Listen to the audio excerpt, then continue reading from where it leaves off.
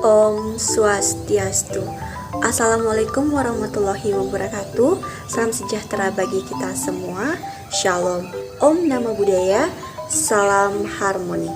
Baik, pada kesempatan kali ini saya Niputu Diah Ari Pratiwi dengan NIM 21130111011 dari kelas 3D Pendidikan Matematika akan menyampaikan contoh soal dan juga pembahasan terkait dengan pemodelan persamaan diferensial biasa orde 1 untuk memenuhi tugas mata kuliah persamaan diferensial biasa yang diampu oleh Bapak Inyoman Budayana SPD MSc.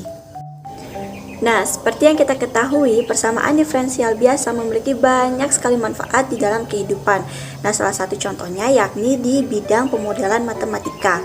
Nah, ada beberapa kasus yang menggunakan persamaan diferensial sebagai pemodelannya, seperti pada kasus dinamika populasi, peluruhan zat radioaktif, rangkaian listrik, hukum pendinginan atau pemanasan Newton, masalah pencampuran atau mixing problem, dan masih banyak lagi. Nah, pada kesempatan kali ini saya akan membahas atau menjelaskan terkait dengan contoh soal tentang masalah pencampuran atau mixing problem, di mana contoh soalnya yakni sebuah tangki berisi 400 galon air garam di mana 100 pon garam dilarutkan. Air tawar mengalir ke dalam tangki dengan laju 2 galon per menit. Nah, campuran dijaga agar tetap seragam dengan cara diaduk dan kecepatan air yang keluar dari tangki sama seperti kecepatan air masuk, yakni 2 galon per menit. Lalu pertanyaannya yakni berapa banyak garam yang akan ada di dalam tangki setelah 1 jam. Nah, untuk penyelesaiannya, pertama-tama kita misalkan YT merupakan jumlah garam di dalam tangki pada selang waktu T. Selanjutnya kita akan peroleh bahwa Y aksen T itu merupakan laju perubahan waktu, atau dapat juga kita tuliskan sebagai selisih antara laju aliran garam masuk dan laju aliran garam keluar. Atau dalam notasi Leibniz dapat kita tuliskan sebagai berikut, yakni dy per dt itu akan sama dengan laju aliran garam masuk dikurangi laju aliran garam keluar. Nah, karena pada soal dijelaskan bahwa laju aliran masuknya hanya mengandung air tawar saja tanpa berisi garam, maka laju aliran garam masuk itu sama dengan 0. Sedangkan untuk laju aliran garam keluar itu sama dengan 2/400Y, atau jika kita sederhanakan lagi menjadi 1/200Y. Nah, berdasarkan hal tersebut, maka kita akan memperoleh persamaan diferensial sebagai berikut, yakni dy per dt sama dengan 0 dikurangi 1/200Y, atau jika kita operasikan maka kita akan peroleh yakni dy per dt itu akan sama dengan negatif 1/200y. Nah, selanjutnya kita akan menyelesaikan persamaan diferensial tersebut dengan menggunakan metode variabel terpisah, di mana kita sudah dapatkan persamaan diferensial yakni dy per dt itu sama dengan negatif y per 200. Nah, selanjutnya kita akan mengelompokkan variabel-variabel yang sama ke dalam satu ruas, di mana di sini saya mengelompokkan untuk variabel y berada di ruas kiri dan variabel t berada di ruas kanan. Nah, selanjutnya kita integralkan kedua buah ruas, yakni integral dari 1 per y dy sama dengan integral negatif 1/200 dt.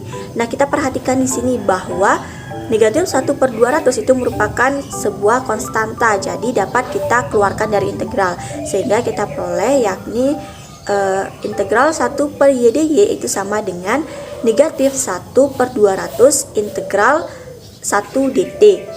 Sehingga kita peroleh hasil integralnya yakni ln y ditambah c1 sama dengan negatif t per 200 ditambah dengan c2.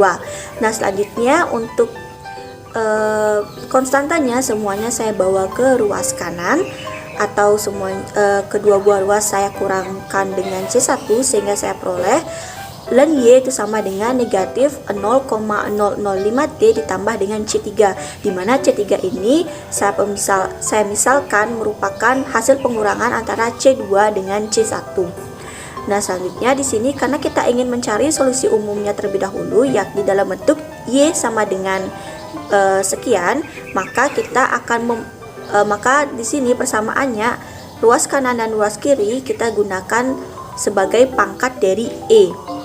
yakni kita peroleh E pangkat ln Y itu sama dengan E pangkat negatif 0,005T ditambah C3.